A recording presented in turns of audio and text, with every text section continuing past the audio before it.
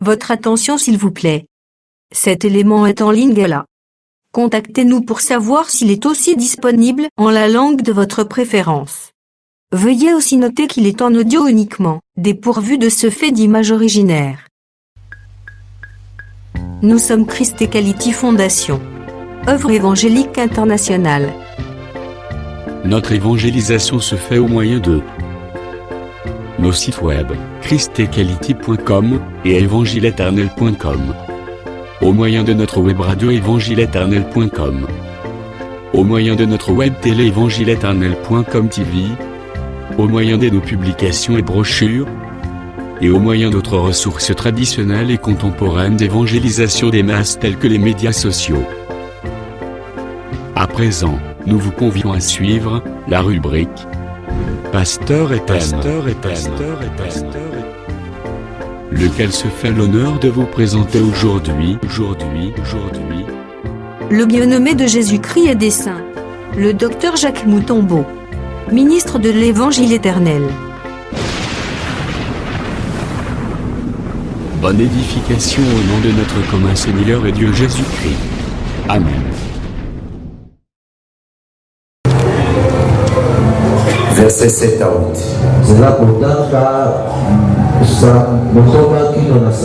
Et Satan se retira de devant la face de l'Éternel. Oui, il frappa Job d'un hélicère malin. Depuis la plante du pied jusqu'au sommet de la tête.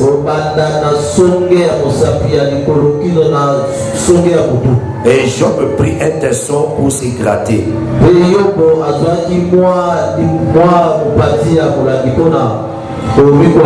Et s'assit sur la cendre. Seigneur Dieu de grâce, te rendre grâce encore ce matin. Merci pour your salvation. Merci pour your salvation. Merci pour ton mission de cola, mais sans tu as le premier palais, il pas même vigno. Il pas même les autres non vigno makila. Tu lui as sonné, tu mets la makila, tu sois bon moi, tu te le mets guanyo sa satana. Pamola ba otu kodanga, tu bonne les bona comme Jésus Christ. Amen. Amen. Tu peux église moté na comme Jésus Christ. Amen. Tu peux église moté na comme Jésus Christ. Koloa pa kola moko na biso. Oya sa biso grâce encore ce matin. Pour que tu kokana koyoka oyo ezali liloba na ye. Lelo tozali kotia point virgule na exhortation la biso sur le tesson. Toloba ki tesson ezali débris. Débris eli koloba eteni ya molangi to ya moi vase de terre. Mais totalisaki toloba ki ete Job na ba souffrance na ye. Tango Nzambe a sololaki na diable aye ko frapper na hélicère malin uta na songe ya makolo kino na songe ya mutu bakota wana eswaka makasi bakota hélicère ezalaka na mokusa etiaka mutu mal à l'aise indisposaka mutu esalaka ke mutu azalaka même pongi même malala te écriture ezotalisa ete ntango hélicère ezofrape ye azali kozwa débris ya molangi to ya vase azogratte nango na nzoto na ye nde sika etention epesaki biso ya koloba ete bagrataka kaka na esika oyo douleur eyali to mokusa ezali soki potana ezali kosala nango eloko te alingaki azwa eteni ya molangi te to eteni ya vase te ase gratte nango na nzoto na ye. En tout cas ndenge ekomami na bible ete na Proverbe chapitre 16 verset nango 4, Dieu a fait toutes choses avec un but. Dans une écriture wana Proverbe 16 4, l'Éternel a tout fait pour un but. C'est-à-dire Nzambe asala nyonso pour natina. C'est-à-dire tango tomoni Job azozwa eteni ya molangi to ya vase azokwanza nango na nzoto na ye eza ba aventure te eza natina Voilà pourquoi pour ça qu'il dit surtout tant pour mais pourquoi Job a joué que était Niwana, il y a vaste toi pour la gars gratté dans mon autre naïe. Ce qui était Niwana est qui n'a valeur, ce qui était Niwana est qui n'a importance, Job a l'ingénieur utilisé en côté. Job a l'ingénieur utilisé. C'est par là, mais malgré ce qu'on a compris que était Niamulani, toi était Niavaz, et c'est pour servir Job dans soulagement. Et c'est pour penser à Job qui n'y a. Il y a votre benga qui les débris, il y a vase, toi Niamulani, c'est le consolateur. Amen. Azali le consolateur. Moutako tang écriture. Amoni na ye te Niamulani tina na mo ezali. Mais biso tango tozotala. Toujours monde a la vie dans la écriture. Voilà pourquoi tu peux ça qui est l'écriture pour le marquer vase sur les années de Jésus, bouteille sur le nez à Jésus, Azala qui brisait sur la croix, et tant que Azala qui brisait sur la croix, la parole de la croix, ou bien la prédication de la croix, est un soulagement pour la mission. C'est-à-dire ceux qui Jésus a coufakaté, ceux qui Jésus a qui brisait, mais il y a une autre consolation. Par sa mort, des consolations sur les eaux comme la mission. Toi, sur 5e Nombre chapitre 13, il y a côté d'Israël, Moïse a dit les 12 espions de Cana, il y a 3 sortes de fruits. Fruits à raisin, où il y a une vigne, fruits à grenade, où il y a un grenadier, fruits, il y a figue, où il y a un figuier. C'est-à-dire les 3 fruits, ils ont servi la vie pour Israël dans le désert. Donc le péché qui est le baquet, pourquoi pas venir premièrement dans le vin? Parce que pourquoi pas venir premièrement dans la raisin? Parce que la raisin nous voyons le vin. Or le vin apporte la joie. C'est-à-dire que nous sommes en amertume, nous sommes en souffrance. On l'a dit ça dans Proverbe chapitre 31 verset 6 à 7. Balobi pesa le vin dans nous sommes en amertume dans l'âme. Ceux qui vont pesa le vin dans nous sommes en amertume dans l'âme. Soulagement beaucoup médaillé. Selon Ecclésiaste chapitre 10, le vin rend la vie joyeuse. Selon Juge chapitre 9, Ecclésiaste chapitre 10, vignazo et bisamazete était natika vin n'ango et pesaka isengo na nzambe pe na batu. Ah, ça dit le vin donne la joie. Ça dit muto aza na passe, muto aza na mikakata, ceux qui va pesi le vin en tourne les sengo. Pardon. Faire autour le Bézali, tout aussi monté. Et ça, l'équerre fort autour de ça, Amarou la tête. Mais véritable vin qui est la vie, qui est la parole, ce qui est commis dans la vie, on reçoit soulagement. Amen. Dès que ce matin, le bac était tesson, et ils allaient aussi le vin qui donne la joie.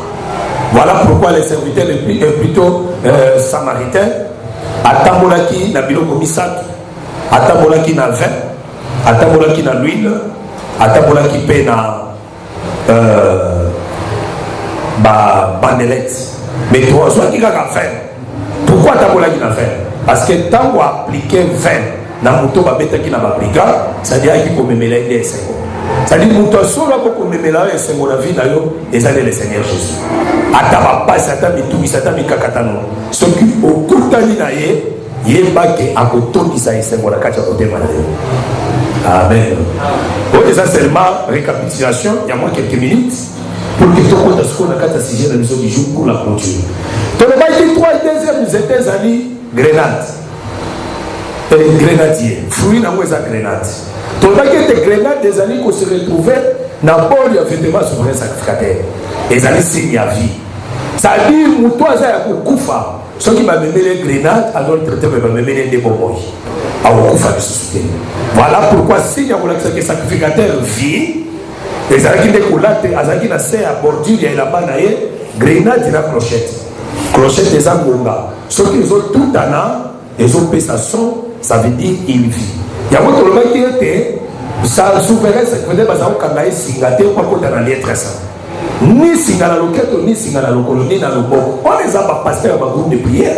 Dès ma message à ma matin, à ma bé au côté, à ma consacre chaque jour. Vous voyez les souverains sacrificateurs. C'est-à-dire, à Zangine versé, à Zangine idée, Maintenant, on dit que non, le souverain sacrificateur, quand il entrait dans le lieu très saint, on mettait un fil sur sa hache, même sur son pied, et il y avait des gens qui tenaient le cordon là. Quand il était là-bas, pour qu'il ne meure pas, même s'il meurt, on va les tirer parce qu'il y avait l'interdiction pour entrer là-bas. C'est la prédication diabolique. Et ça était à Bondoki. Souverain sacrificateur, Matikala, Okangé, Singate. Si la montage des souverains sacrificateurs vivaient, c'était les grenades et les crochettes de la bouche.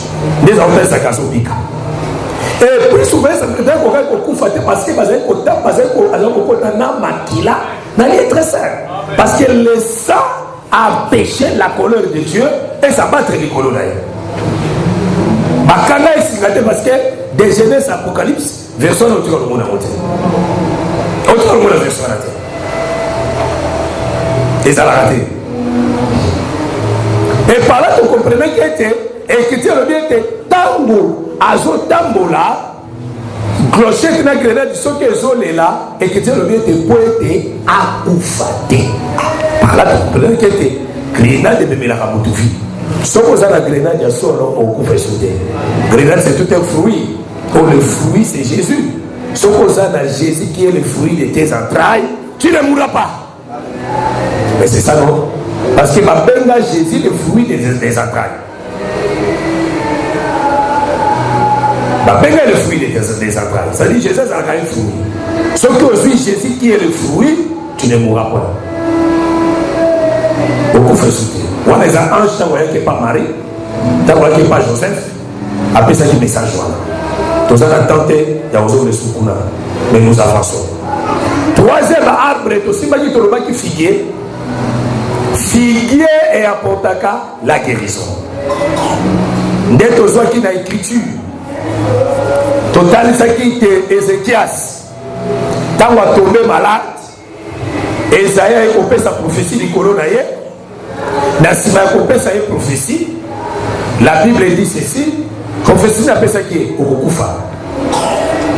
Quand Ézéchias a zolé là, prophète a bimina dans la cour royalité. Zaba ebisi esoka. Mais tant bazongi azo ebiseni, azo ebisani ke okoswa ba feuille ya figuier, oko appliquer ngona ba illicère na yo, okobikisa. Ah voilà que comprenez que était Ézéchias oyo azali ko tomber malade, azana malade ya ba illicère, ko izaba pota, ezali des gens. Parce que Job il était aussi le roi. Comme Ézéchias aussi il était le roi. Azorenga malade. Job il était le roi. Pourquoi il était le roi? Il était supérieur à Batunios. Et il dépassait tous les fils de l'Orient. Ça dit dans l'Orient, Moutouazaki dit Kolo ya ma fils c'était Job. Oh, Job a dit Kolo ya ma fils c'est tout un roi. Parce que c'est le roi qui est supérieur de tout le monde. De tout ce qui était Job aussi comme le roi, il avait de la richesse, il avait de la gloire. Il y a des écouteurs de ça. Royauté d'ailleurs. Et tant que maladie il s'est ressuyé, il est devenu pauvre parce qu'il n'est pas là dans la poussière. Et la Bible dit ceci. Et l'homme est comme la guérison et comme la soulagement, ils allaient les tessons. Oh, les tessons, ils allaient aussi faire un figuier. Oh, les éclairs, ça soit appliqué à ma pote d'ailleurs pour avoir guérison. Il y a autre chose qui était Adam, comme il dit, Adam aussi, il était le roi en Israël et il était le roi en Éden. Et parce que c'était lui qui dominait. Parce que Dieu avait dit à Adam, on peut dominer sur les animaux, sur les oiseaux du ciel, sur les poissons qui sont dans la mer, ainsi de suite qui tout consomment. C'est-à-dire les chefs de tout le monde à l'Éden, c'était Adam. Voilà pourquoi Adam et Azala qui m'ont causé dans l'Éden, Atomba qui malade. La maladie c'était le péché. C'était la maladie d'Élisée. Tant qu'on a joué en haut, pour qu'il soit soulagement, à quelqu'un qui est dans les états figués. Et tant que dans les états figués, et on veut que figuer et qu'on servir la guérison, c'était la prophétie. Voilà pourquoi le véritable figuier, on a qu'à servir la guérison, c'est le Seigneur Jésus. Amen. C'est le Seigneur Jésus. Il est là qu'à servir la guérison. Il a qu'à couper sa soulagement. Il a qu'à couper sa kimia. Na kacha peuple. Aga kopesa kimia na kacha libota na. Aga kopesa kimia na mutu nyoso azana ma problème. na mutu nyonso aza na badifficulté, na mutu nyonso aza na malade, sois Jésus comme un soutien. Job avait tout perdu, abungisaki nyonso, mais abungisaki teso te. Bungisa na yo nyonso, mais kobungisa teso te. Pour teso akozala na moment de souffrance, akotambola na yo elongo. Tozala na écriture moko na proverbe.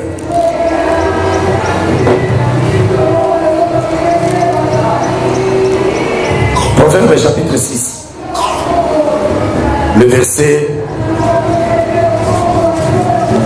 20 au Kitamuke. Mais le verset à clé les a 22. Mon fils, garde les préceptes de ton père et ne rejette pas l'enseignement de ta mère. Liez-les constamment sur ton cœur. Attachez-les à ton cou. Ça veut dire l'enseignement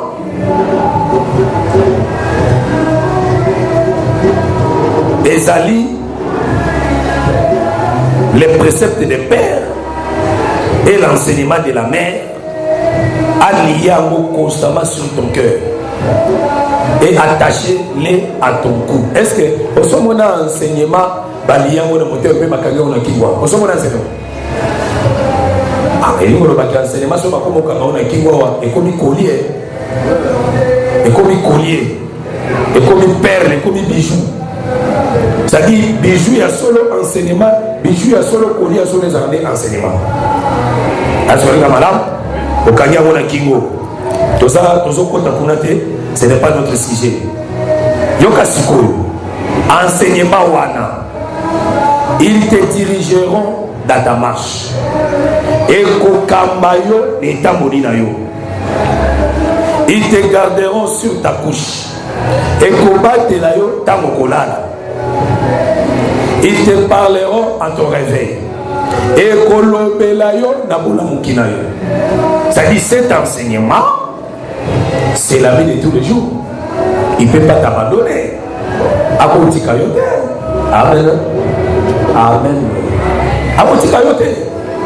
Quelle que soit souffrance, quel que soit état de cet enseignement marchera avec toi.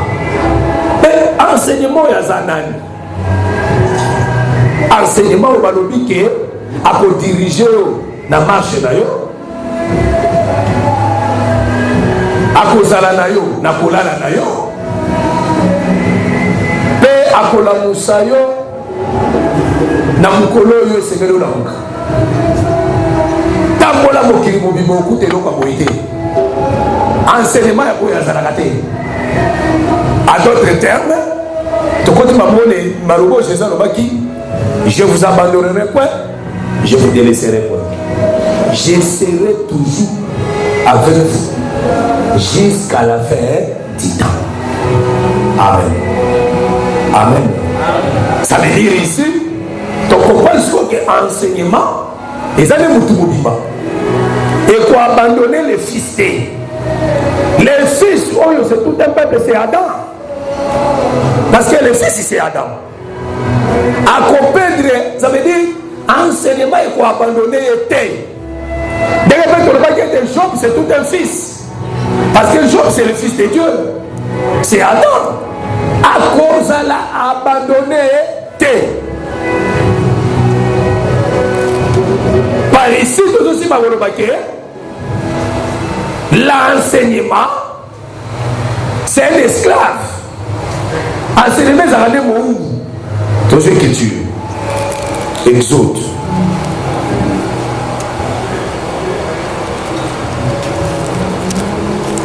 Exode.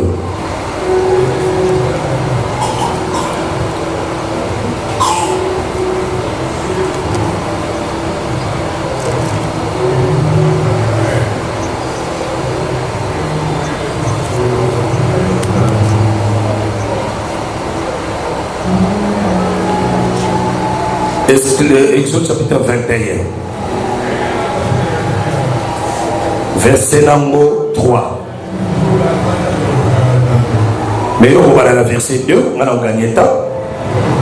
S'il est entre seul, il sortira seul. S'il avait une femme, sa femme sortira avec lui. Si c'est son maître qui lui a donné une femme et qu'il a né de fils ou de filles, la femme et ses enfants seront à son maître et il sortira seul. Si l'esclave dit, j'aime mon maître, ma femme et mes enfants, je ne vais pas sortir libre, alors son maître le conduira devant Dieu et le fera approcher de la porte ou du poteau, et son maître lui percera l'oreille avec un poisson, et l'esclave sera pour toujours à son maître. Amen. Amen. Comment l'écriture, un esclave hébreu, dans verset 2. Si tu achètes un esclave hébreu, pendant 6 jours, 6 années plutôt, 7e année, ce qui 7e année, son dérivé va s'il vous plaît.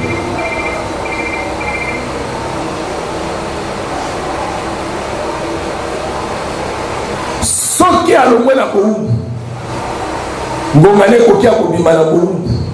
esclave hébreu. Écriture de Bisoka Kotaki, Pamba. Abobima Pamba. Soka Kotaki na Mwasi, Abobima na Mwasi. Soka Kotaki, Pamba. Maître Naya Pessi et Mwasi. Abobima, Abotika Mwasi, Yawokele na Pamba. Et ça m'a révélé dans mon touché, ma bio révélé à la tête.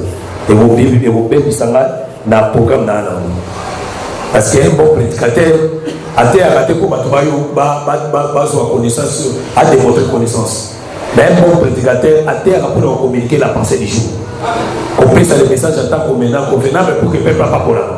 Parce que les personnes à base de toilette, on a mis la canalité, à une heure, pour la connaissance. Non. Et ça va rebeller, ça va ne pas être beaucoup de temps à l'intérieur.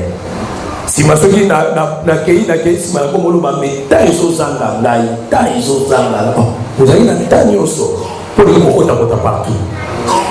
Est-ce qu'on est là? Ça dit ah ouais toi aussi ma gars passez moi mon quai. Balobi ce qu'a kota qui pamba arobima pamba. Ce qu'a kota qui na mwasi na ye arobima na mwasi na ye. Ce qu'a kota qui pamba mettre na pesi ye mwasi moko la arobima arobima ye moko. Mais ce que c'est pénicier, alors il est noté, j'aime mon maître, j'aime ma femme, j'aime mes enfants. À Otika. Est-ce que vous avez ce qu'a Tikali, écriture le maître n'a pas besoin de mettre les besoins à poto, à besoin de tonga, à poto, pour la haine à l'idole, à Kotikala, esclave, il y a libella pour la mettre. Pourquoi Zotikala? Azotikala parce qu'il aime son maître, il aime sa femme, il aime ses enfants. Voilà pourquoi Azotikala. Aboy Kokene. Amen. L'esclave hébreu, c'est le Seigneur Jésus. L'esclave hébreu, c'est la Jésus. Parce que hier, je ne sais pas qui m'a Jésus est esclave. Parce que Jésus, tant qu'il y a un accord, Koro Yesu alataki, il y a un côté qui n'a pas oh, mais oui. Amen. Parce que Jésus a dit qu'on a besoin d'esclaves. Comme Moïse, a dit ma frère hébreu, l'esclavagisme. Voilà pourquoi il y a beaucoup comme esclave hébreu. Or, Yesu comme esclave, et il kolobanza balati nzoto abomoto. Tango balati nzoto abomoto yo. A commis mon comme esclave. Dans ce sous lumière, on se peut comprendre bien. Parce que dans mon évangile éternel, il bande à gâter pour le basoro. Pour ma verser, ma frère, ma frère, dans une seconde, déjà dit Yaka par la mission. Frère, moi, Bengingaï. Et ça, Samson, ta Benginga. La Juge 16. Samson azalaki esclave. Samson azalaki esclave. Samson tant azalaki na force na yos. Personne ne pouvait le doter. Personne ne pouvait le lier. Samson frappait tout le monde. Mais tant qu'on a expliqué ma casse des places à Dalila, dali na kati esuki Samson akomi comme lokola moto nyonso ka bakangi Samson bakotisi ye na prison batoboli ye miso mibale Bible elobi ete Samson akomaki prisonnier banani prisonnier ya bafilistin prisonnier ya bafilistin mpe ye moto abandaki kobalola meli ya bleu mpo na servir bafilistin bleu mpo balia na moma wana bafilistin ava bakanga Samson batobole miso bafilistin bango bazala kokende na mule mpo na komundire bleu na bango nde bazala misala me ntango bakangi Samson batoboli ye miso bakangi ye bachaine batie ye na prison bafilistin bazofanda na bango calme bazwi moso afangi na tie mpenza lokolo mpenza boye edi balola bien balola nani afandi filistin afandi nani azotravaille amen qui travaillait c'est Samson qui travaillait. Oh, Samson c'est juge en Israël. Samson était l'image de Jésus. Parce que tant qu'on a nos Jésus, Abakanga qui était, personne ne pouvait le doter. Tant qu'on Dieu a la montagne de Sinaï, c'est ça Samson sur la montagne de Sinaï. Personne ne pouvait arrêter Dieu sur la montagne de Sinaï. Parce qu'il était lion qui surgit. Parce que Samson signifie petit soleil. Oh, le soleil s'élève le 4e jour.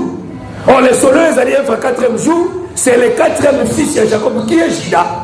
Oh, Juda c'est le lion. Voilà pourquoi Dieu dans la montagne de Sinaï, il était un lion. Mais quand il prend un corps, il devient faible. Est-ce que voilà? Comme esclave. Maintenant, il travaille pour toi. Parce que les Philistins les abyssos. Les Philistins ont démonté. Les Philistins ont les peuples des nations. Un hébreu, un israélien, il travaille pour les nations.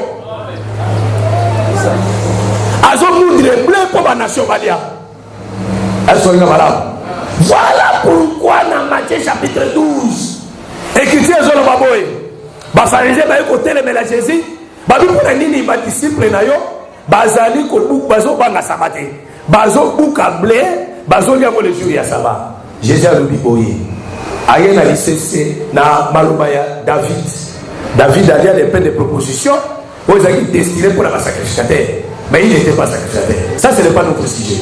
Na kiti na se alobi les sacrificateurs ba violaka les sabbats sans le savoir. Deux sont intéressés là. Ah, ça veut dire les sacrificateurs violer les sabbats sans les savoir. Ah bon? Ça veut dire ce qu'on a dit dans la loi. Zambe na 7e jour, tango azoti à le repos, le sabbat, appelle ça les sabbats na peuple, mais appelle ça les sabbats na sacrificateur. Peuple n'a pas oublié les sabbats, mais les sacrificateurs ne se reposaient pas. Parce qu'il y avait la loi, on a dit qu'on paye ça, na sacrificateur, à Tumbaka chaque jour, l'offrande du matin et l'offrande du soir. C'était chaque jour. Et à part Kotumba, Nyama ya offrande ya Tongo, Nyama ya offrande du soir, il y avait aussi Moussala au sacrificateur, qu'on brûlait les parfums chaque jour. Ils ont brûlé les parfums le matin, pas ont brûlé les parfums le soir. Les jours il y a sabbat, peuple a copéma, mais sacrificateur a copéma. Voilà pourquoi Jésus-Christ, comme le véritable sacrificateur, Tango Azongaki, peuple les jours à sabbat copéma, mais il est sacrificateur à solo, à copéma, il va travailler pour le peuple. C'est-à-dire lui, il est l'esclave du peuple. Amen, l'église. Il est l'esclave du peuple. Voilà pourquoi Dieu porta un corps. Ayaki pour nous sauver Bissot. A comme esclave pour nous sauver Bissot. Et tant Ayaki maboko baba. Maître d'ailleurs, c'est l'éternel. Il vous appelle ça qui est moi si. Ah ouais. Vous appelez ça sous moi c'est à Dieu. Mais si Jésus a le bon à Matthieu 17. Alors lui, tout à l'heure avec Matthieu et Jean 17 plutôt. Tous Jean 17.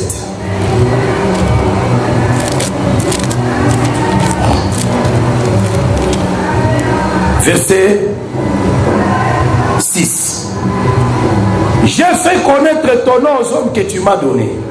Du milieu du monde, ils étaient à toi et tu me les as donnés et ils ont gardé ta parole. J'ai fait connaître ton nom aux hommes que tu m'as donné du milieu du monde. Ah bon? Ah, ça veut dire, Yesu, Batunyo, Soyazalaki na bango. Oh, les hommes là, c'est la femme. C'est la femme que le maître a donné à son esclave. Appelez-moi aussi. Voilà pourquoi l'esclave marchait avec sa femme. Azotambolana mwasi na ye. Azotambolana mwasi na ye. Ngonga o esclavagisme na ye sili. C'était la mort et la résurrection qui m'ont décidé. Parce que Jésus étant vivant dans la chair, a tikalaka jamais qu'on perçait les murs. Jamais. Parce qu'il était esclave. A personne mirte. Ba saisissai. Bakangaki. Parce qu'il était esclave. Mais tant que Jésus a couffé à ses couilles, il avait la facilité d'entrer dans la maison sans passer par la porte. Parce qu'il était libre déjà. À comment il est libre? Il fallait qu'il ait. Il fallait qu'il ait. Maintenant, il dit c'est bon, ça va, ta mission est finie. Qu'il ait. Il dit j'aime mon maître, j'aime ma femme, j'aime mes enfants. Il faut la dire. Alors, d'après le temps,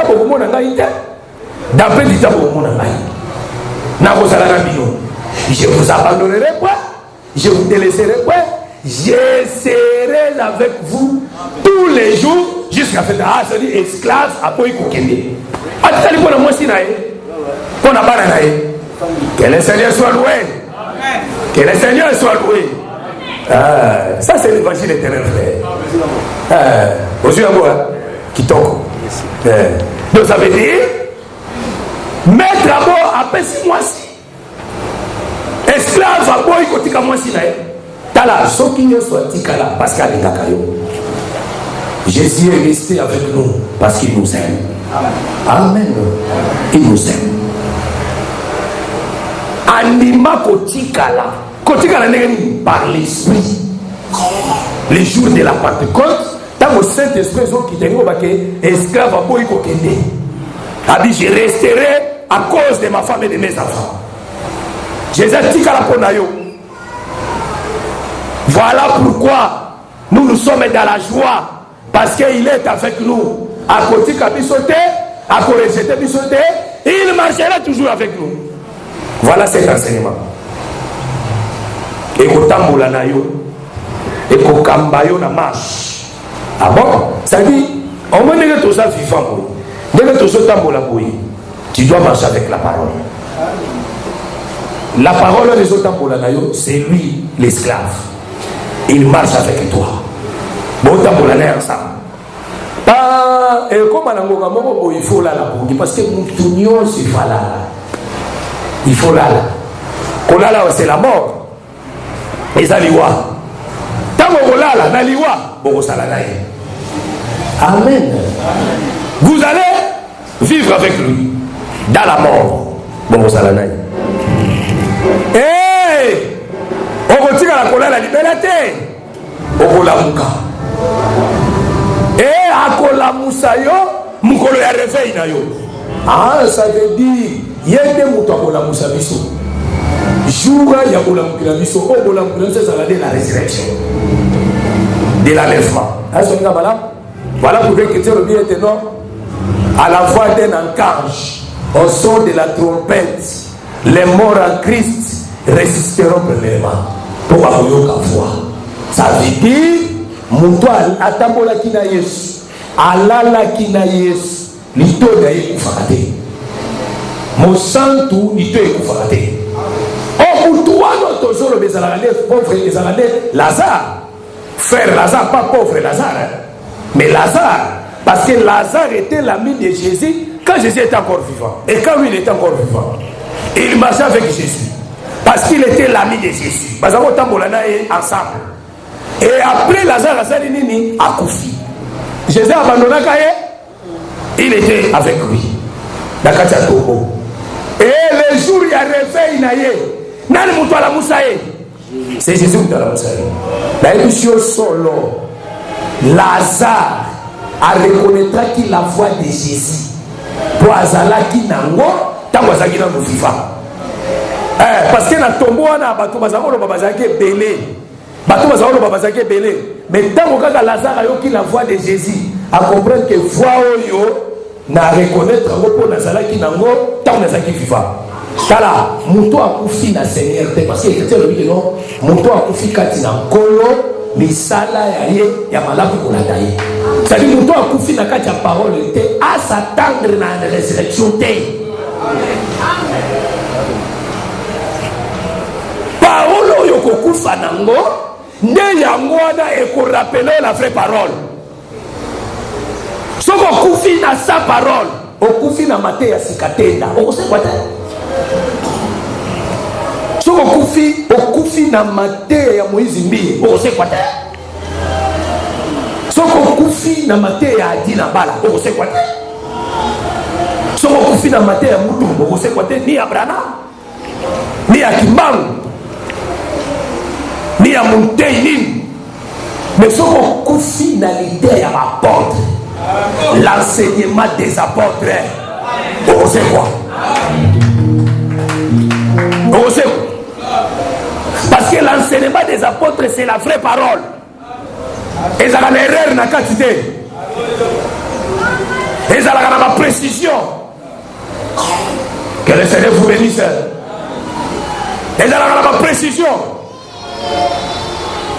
Ce qu'on finalité à soloté. Pour espérer la parole était. Pour reconnaître la voix de Jésus, il faut que la voix naïe. Lazare n'est pas là qui a la voix parce qu'il était son ami. Que le Seigneur vous bénisse. Voilà pourquoi Job, ce qui a rétabli, c'est parce qu'il a un tesson. Tesson, c'est la parole. Qui marchait avec lui, il dormait avec lui, même maintenant, on sait quoi. Job a fait quoi dans tes choses. Parce qu'il y a des gens qui amènent à eux. Bâtiment se va mourir. Bâtiment se va rejeter. Mais il y a cité. Tikaraga na Yesu.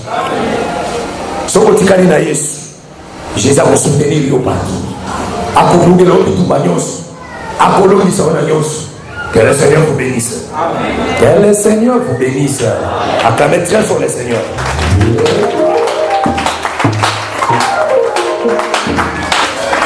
Ça dit les tessons, c'est l'ami des Job. Voilà pourquoi Job a le bac qui était. Même si nous dois souffrir, Azali connu au Kwama, même si a abandonné l'éternel, Azalaka na compassion, Yaminaï. Amen. Oh, l'ami de Job, c'était le tesson. Pas pour me mêler la compassion, pas pour me mêler le soulagement. Tout total qui na 1 roi chapitre 1 Samuel chapitre 16. L'écriture dit ceci, la très bien le texte voilà. L'écriture le dit oui. Saoul azalaki l'esprit de l'Éternel. Molimo ya malamu ya Nzambe. Saoul azali na premièrement. Yango na zako tambola nango yango na zako vivre nango. La Bible dit que Nzambe a retiré molimo na ye et place ya Saoul. Ateli Saoul molimo mabe et uti painaï. Ça veut dire pas Nzambe, Nzambe azala na molimo ya malamu, azala pe na molimo ya mabe. Est-ce que tu as malamu? Amen. Ça veut dire Nzambe et agité oti. Sois calme et posé. Tu comprendras la parole. Hein? Tu sais qu'il y a Samuel voilà. 1 Samuel 16.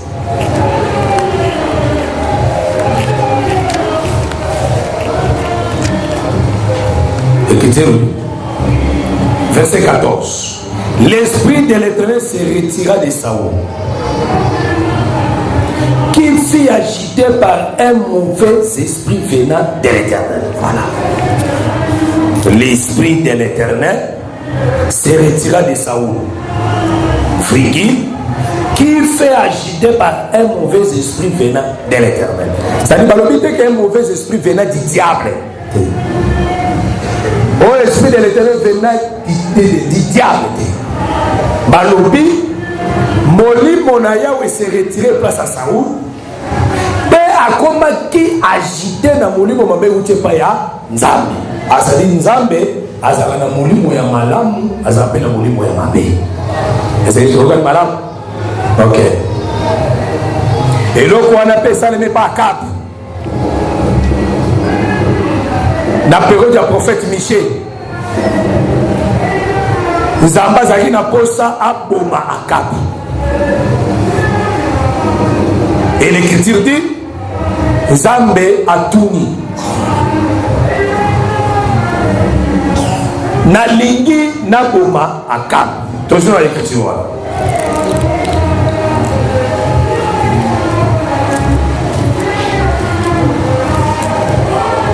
Je suis un roi. 22.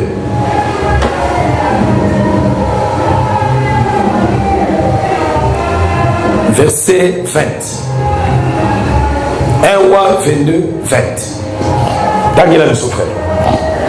Aujourd'hui, au Canada, au sol, à Makonzi, au Capola, tout comme les balais, c'est là qu'on t'a tout comme les balais. Au Tanguy, la Congo de Yesu.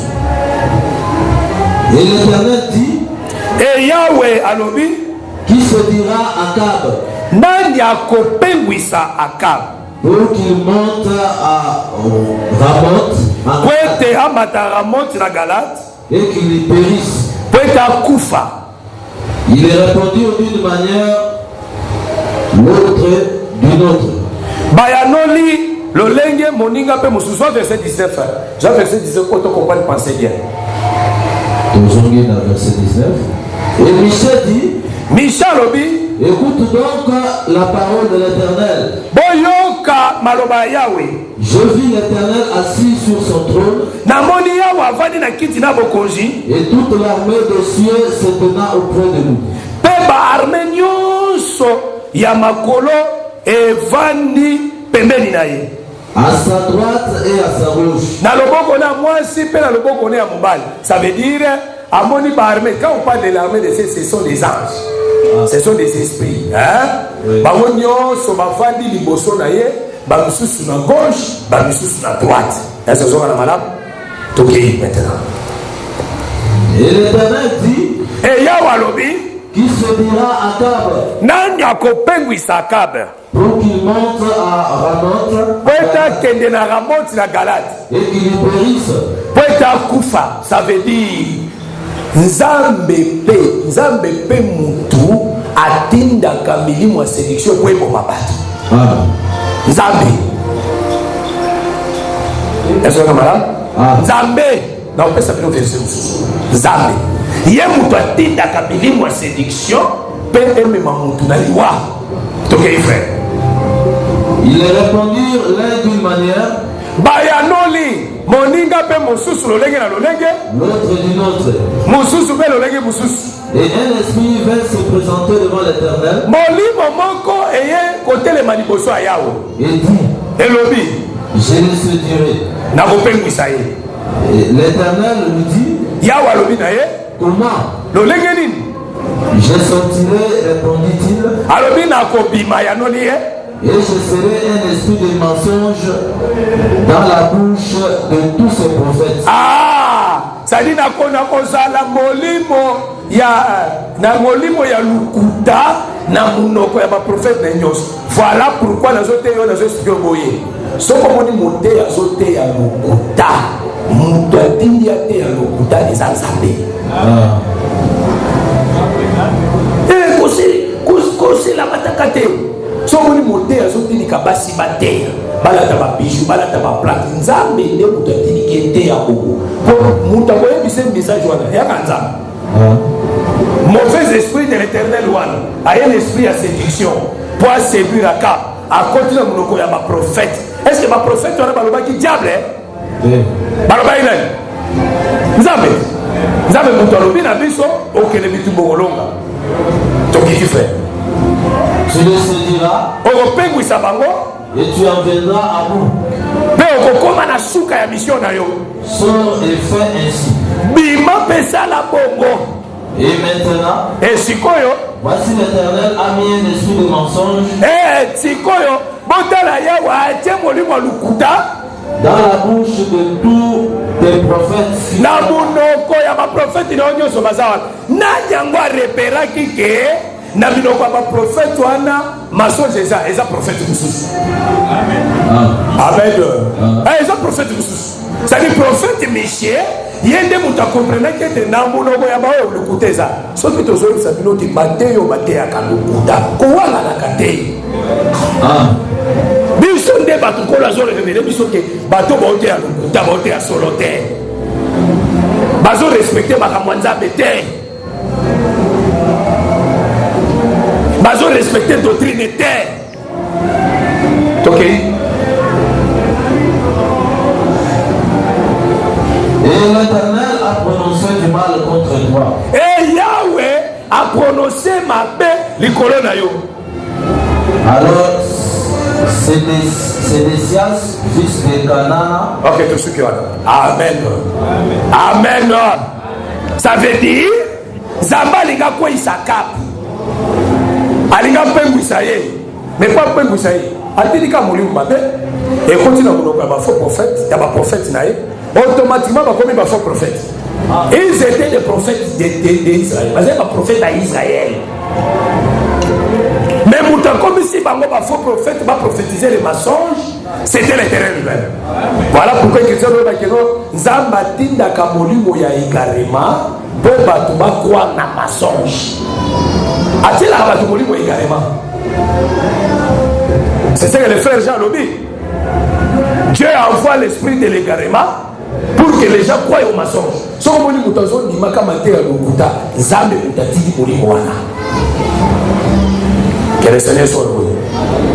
Il y a des gens qui ont beaucoup de mensonges, beaucoup de fausseté. Beaucoup de bébés dans l'église, beaucoup de bébés. Il faut faire très attention. À tout mon église, ma bijou, ma basse, ma bijouté, ma zone, ma plante, ma zone, ma kitama na mutu. Kosukara wana teke, les doctrines moraux. Non, non. La doctrine des Alagaïs est partie. La doctrine, c'est la totalité de l'enseignement. Il faut que le principe de Moussou éthique et ça la respecter. Pasteur, animé, oui. Bon, là, tu as bijouté. Mazam, président, il y a équipe, il y a balé. Et ça, déjà, diabolique. Bon, ok, ne connaissez pas là, tu vas bijouter ma platité. Oh, à la doctrine de mon avis. Non, à la doctrine de mon avis. Bazon mele la moto, bazon mele la makila. Bazan doctrine mon avis sauté. Bazan doctrine mon avis sauté. Bazan enseignement mon avis sauté. C'est la séduction, c'est diabolique. Ce qu'on dit mon toqué na chemin c'est que Dieu lui-même nous a dit que nous payons. Alors ceux qui nous ont bâti qui ont dit là les payons, il faut pas nous la manette au motif pourquoi.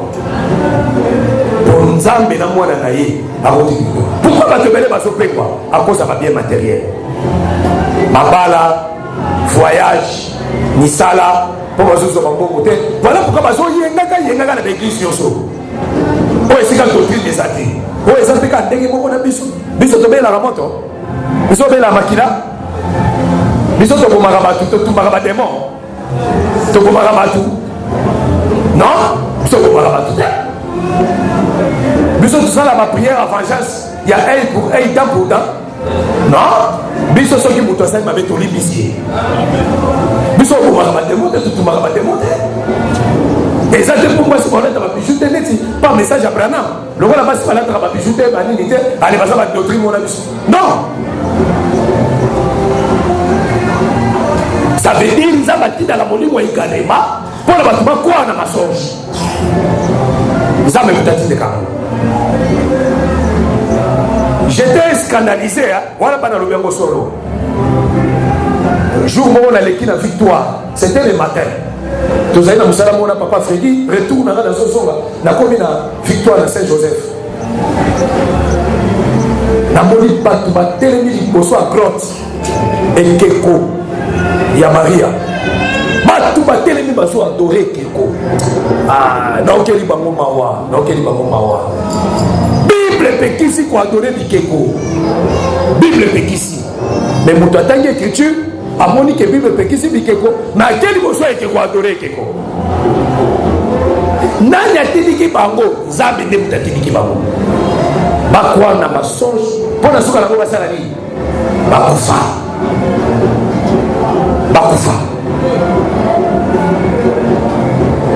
amen amen soki ozoyemba banzembo ya Moïse Mbiye tira na enfer sans barrière sans courbure tout droit okosikala ata mpe mire te soki ozoyemba banzembo ya Moïse Mbiye okeli felo bazoyebisa bino boyokaka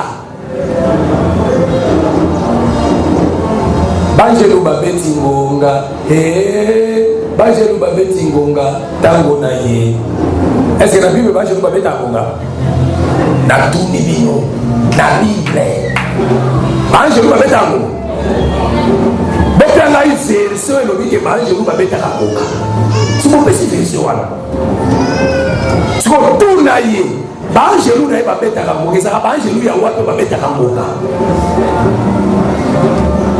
c'est les anges lui à monde de ténèbres les anges déchis dès qu'on est babeta ngonga na bible ange abeta kande trompette abeta kangonga te et bozo kota na ba secte bozo kota na ba adoration diabolique bozo kota na ba prière nous dans na ba prière na ba incantation na ba ange na bozo beta ngonga yo bozo yemba ngo tu fais la même prière avec lui et tu iras en enfer.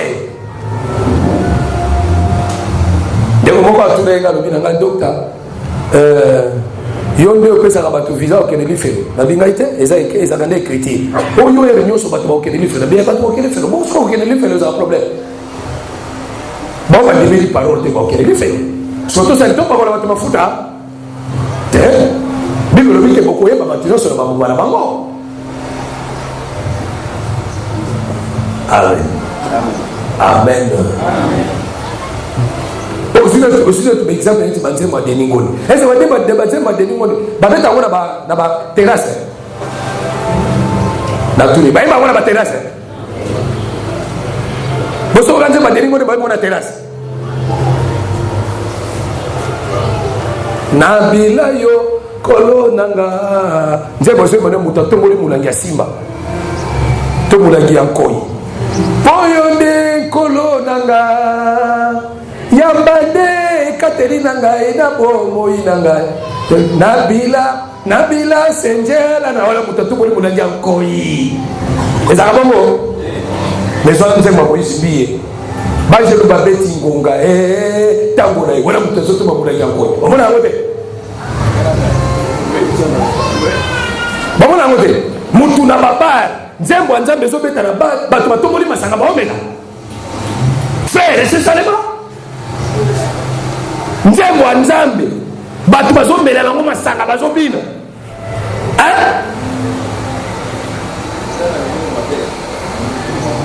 c'est vrai nzembo wa nzambe bato bazobina nango nkoi bamela nango nkoi bazobina tango na ye lazare asekwe tango wana melina nukoyi asalaka na kebo kolore asalaka na ko wala kutuna nkoi na ye boy banzembo séduction des chansons diaboliques sataniques et ça n'impacte à bon nzambe te mais mélodie qui tombe ndenge moko na nzembo ya petit na ngai faire gola et que c'est l'idée na nzembo faire gola oye bimi mikolo yo ezo sala succès oye bien ngote yo bien ngote oye binzembo wana te oye bimi mikolo ezo sala succès azwa ba terme ya papa oye batia na kati oye bien ngote oye bien ngote oza assembla na ba rotala ba android na bino so kuta ngona kati kuna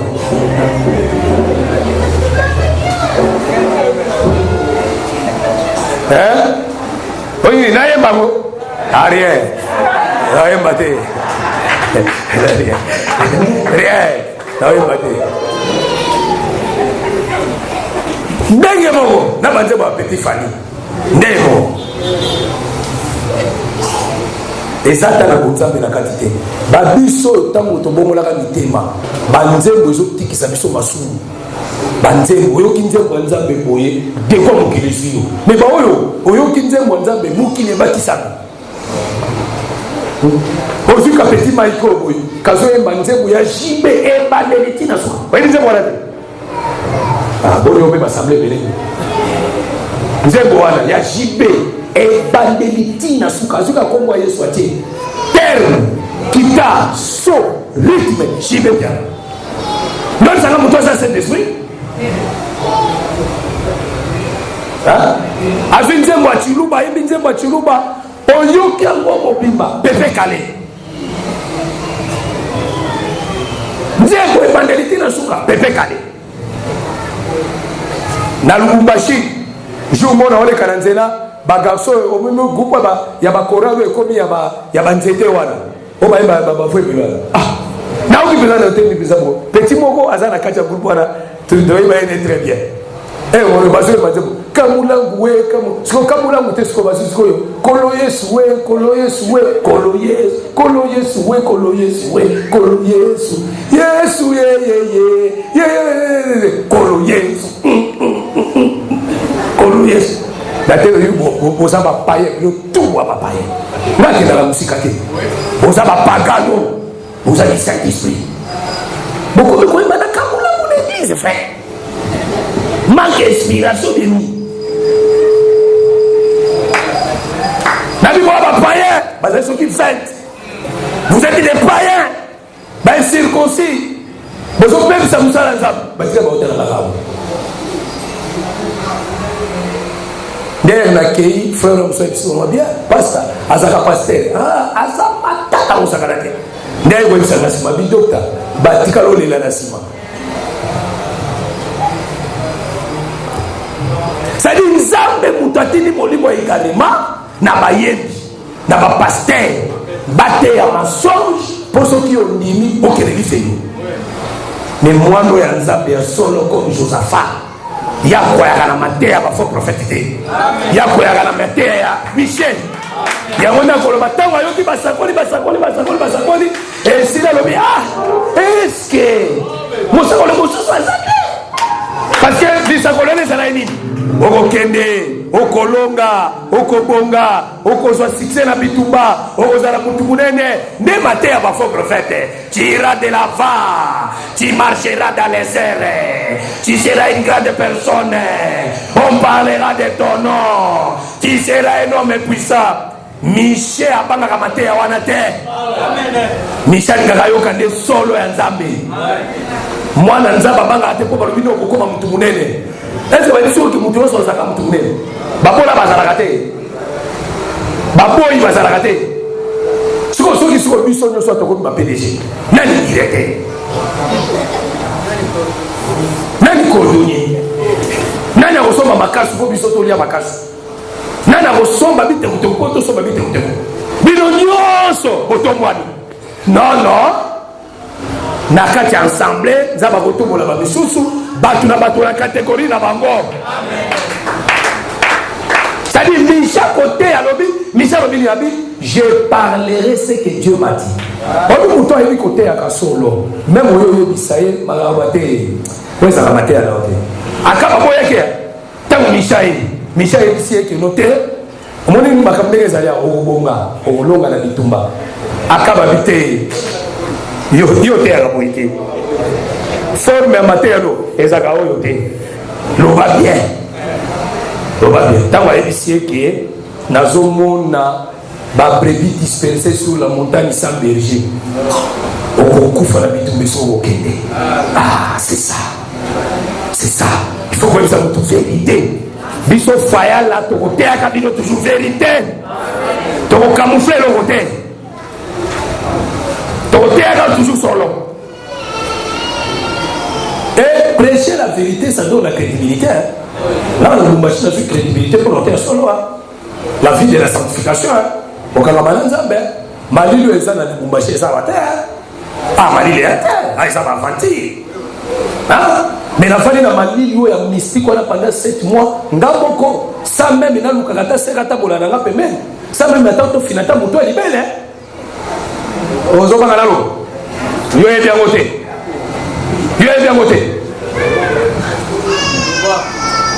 tayari na simanda kuna kwa ya feni bazo palola ka oyebi ngote olingo bana nzambe te.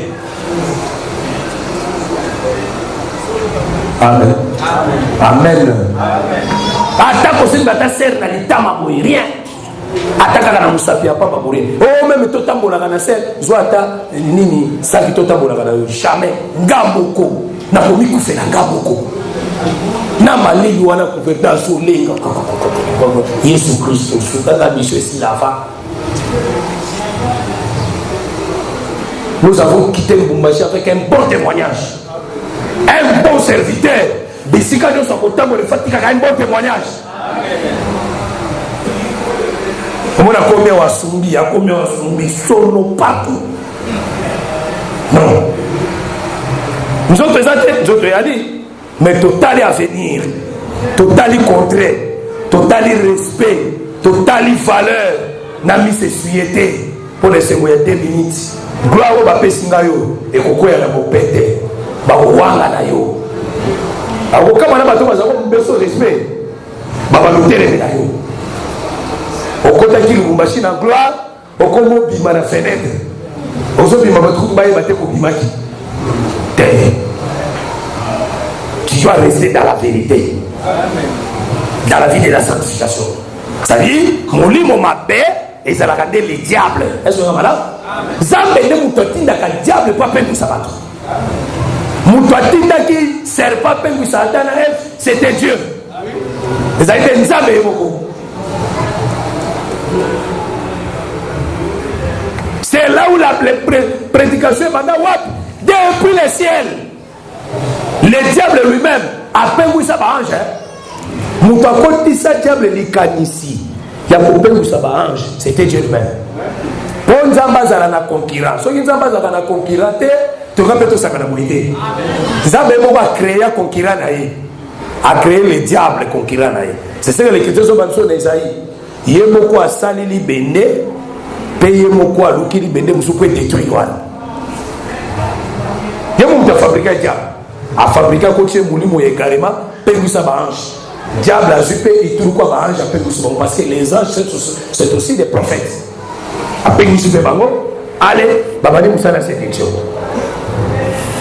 Ici, dans ce qu'on a compris, Saoul ici, c'est Adam.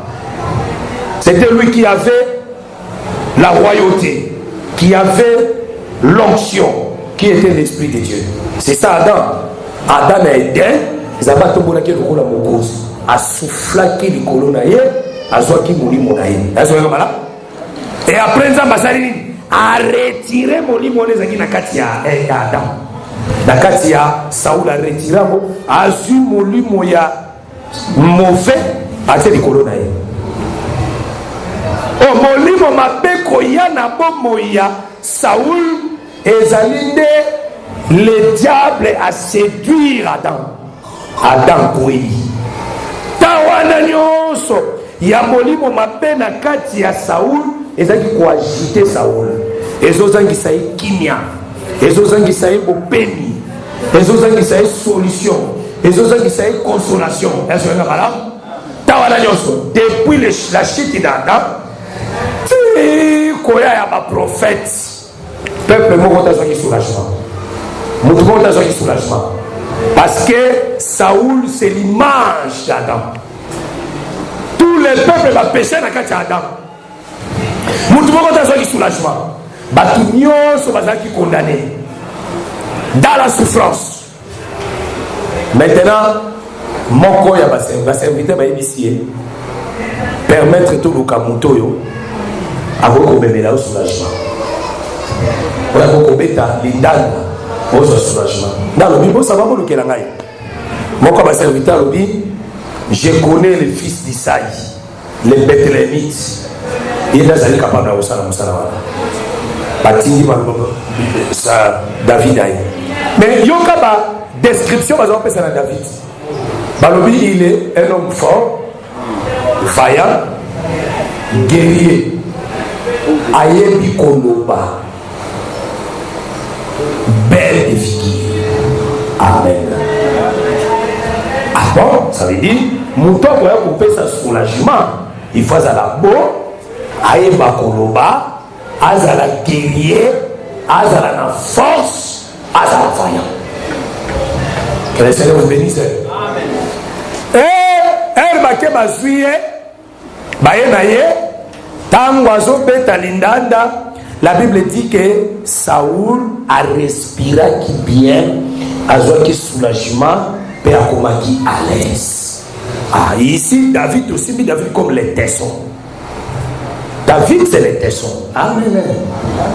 Parce que oui, David, c'est les tessons. Nous espérons qu'à la minute, dans 5 minutes, nous allons conclure. C'est-à-dire, David, il vient d'où? David, il vient du Père.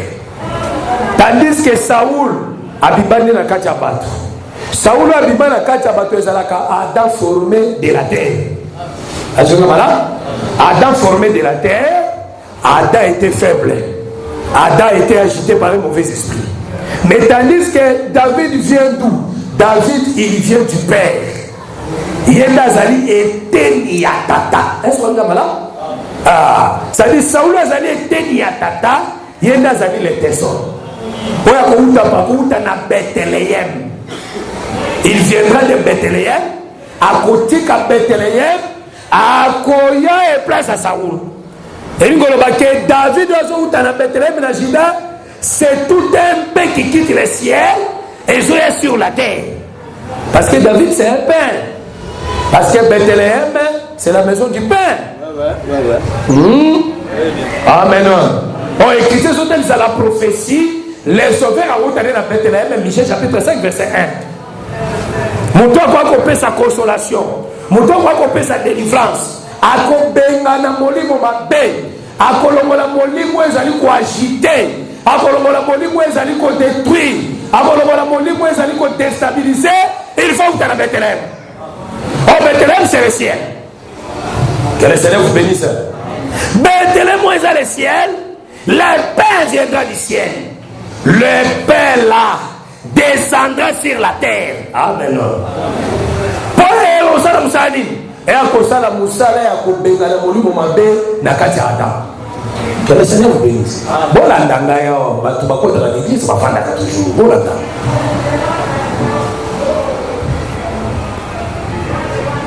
Ça veut dire le pain doit quitter le ciel. Le pain là viendra sur la terre. Il y a un homme qui s'est délivré. Et Zanan, ce sont des serviteurs. Les serviteurs, c'est un prophète. C'est-à-dire, un prophète, il n'est pas l'arrivée de Jésus. Tous les prophètes.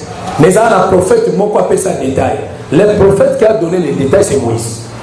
Dieu vous sera un prophète comme moi. Amen. Il y a appelle ça ma précision. Que le libérateur a entendu nation.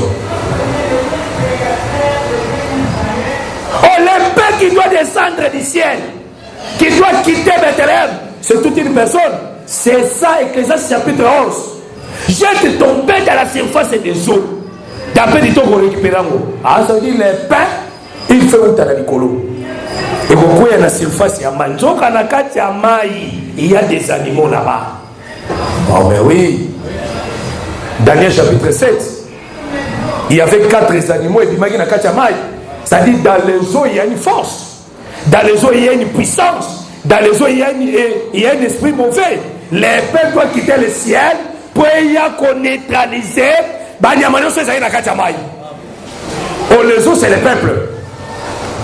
Ceux qui lisent le mot du colon et qui tinasé et pour la la moussala, il y a qu'on neutraliser la force du ténèbre. Je te dis ce matin, Jésus-Christ a quitté le ciel. Il est venu sur la terre pour la continuer à l'aise. Pour la couper la minimum, nous sommes des autres, nous sommes pour la colombola les mauvais qui t'agitent. Pour respirer à l'aise. Pour la kimia. Pour le soulagement. Que les Seigneur vous bénisse. Mais les paroles, la Bible dit, ce qui est quitté, d'après du temps qu'on récupère en haut. Ce qu'on récupère en haut. Donc ça, on parle de combien?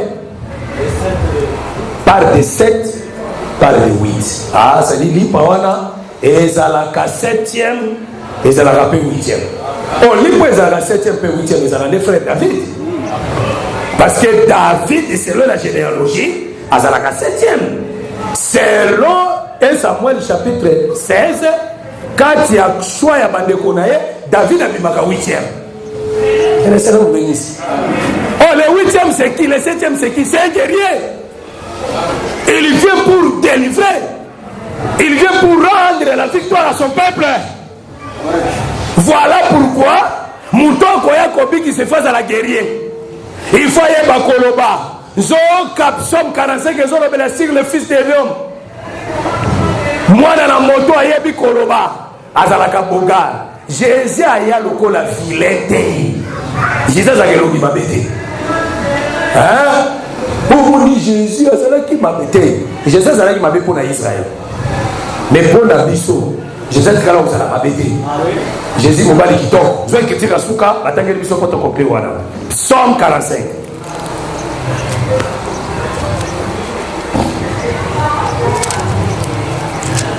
Verset 2. Qui nous a verset numéro 4.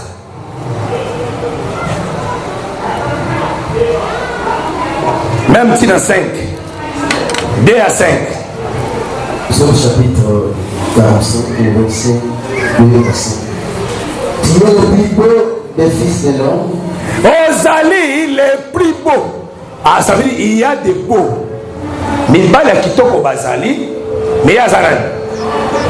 Ouais, les plus beaux. C'est-à-dire il y a kitoko koleka mibali nyos. Nasa moyawa. Mobala kitoko koleka mibali nyos bazalakate.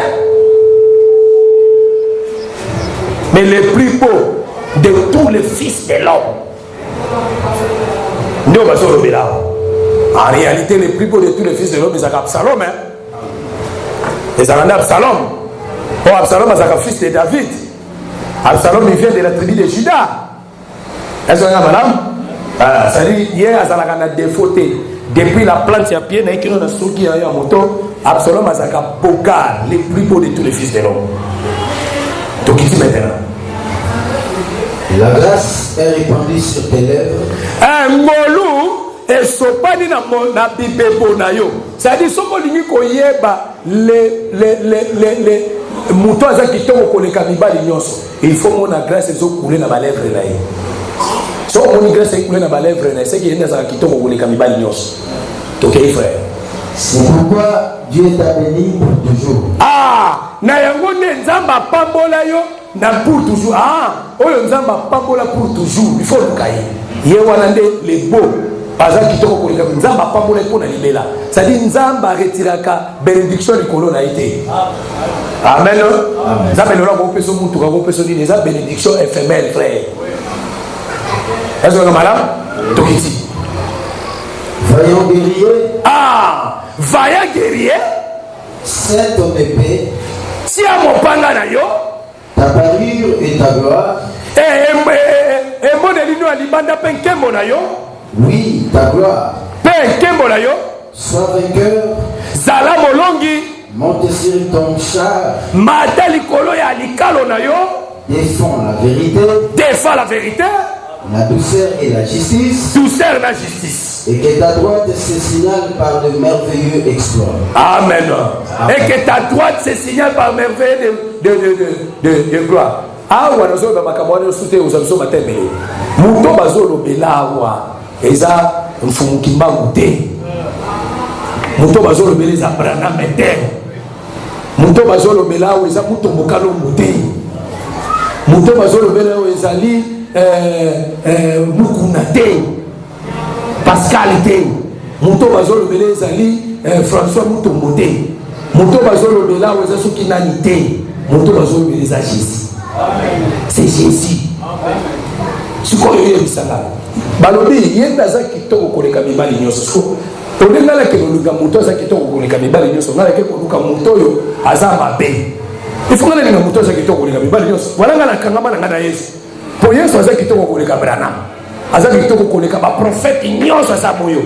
Il y a des mobali qui t'ont collé comme il mali nyoso qui t'ont. Est-ce que la malam? Il y a des mutuka na kangama na ye.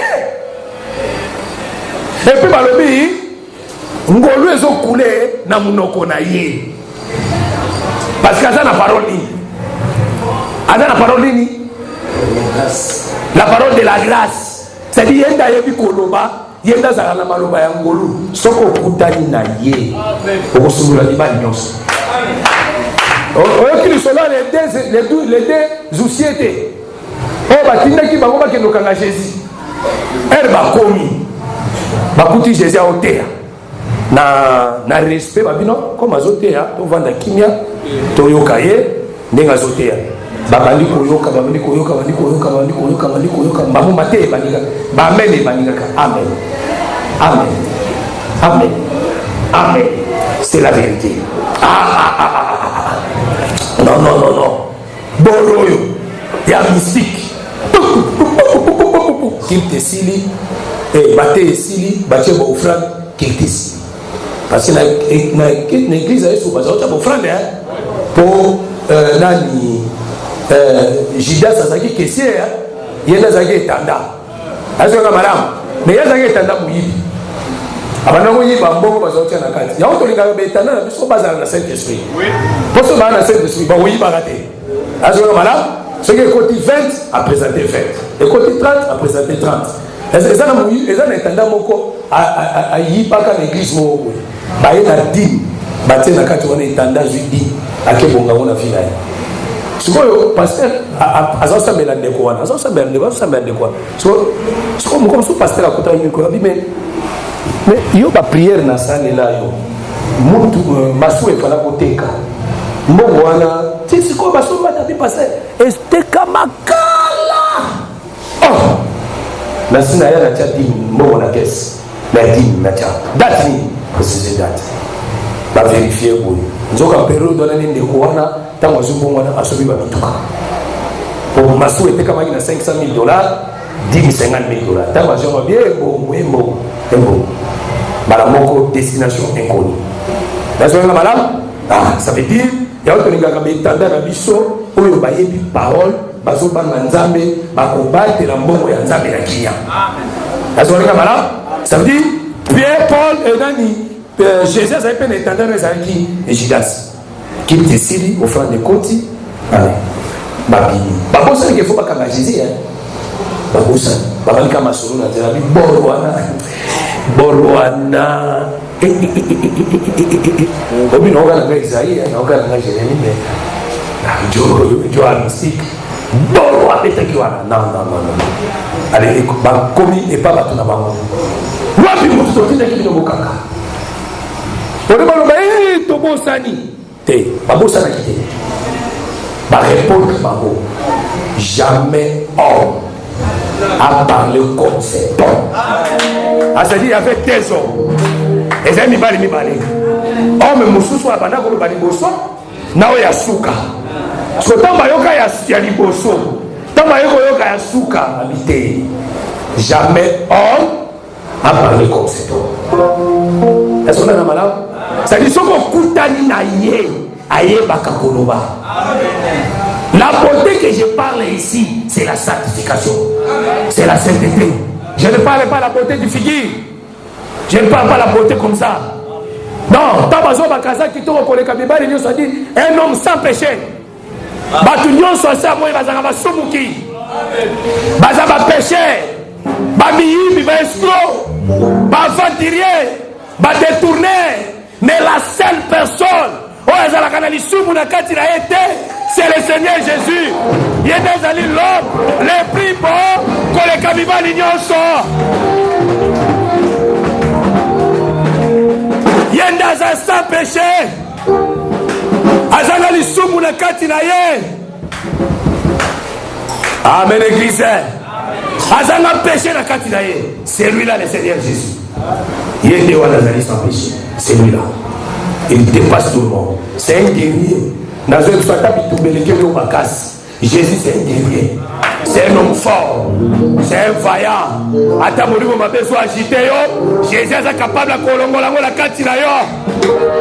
On comme à l'aise. On reçoit kimia. On reçoit soulagement. Il y a le véritable intention.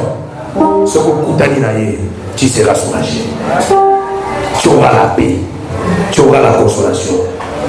Que le Seigneur vous bénisse.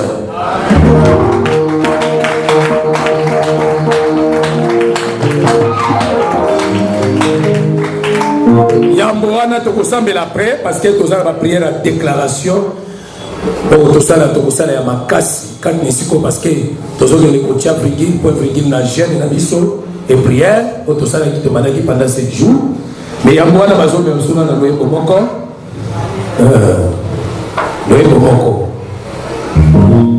angengisaka mililia angengisaka mobeko ya Moïse mpe basakoli nayokango kala nzembo wana yemba manano.